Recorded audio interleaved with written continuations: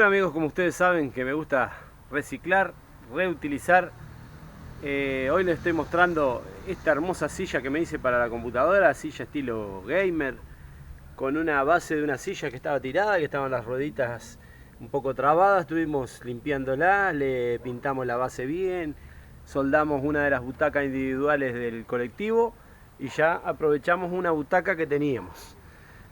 Todo reutilizable, con poco dinero. Ustedes saben que estas sillas son muy caras, así que bueno, quedó linda, quedó muy funcional.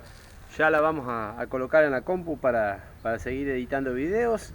Y bueno, espero que les guste. Les voy a dejar el paso a paso como siempre. No es mucho lo que hice, pero se puede hacer la base también con alguna otra cosa reciclada, con un amortiguador. Yo tenía esa base que quedó perfecta, la verdad, que encajó perfecta.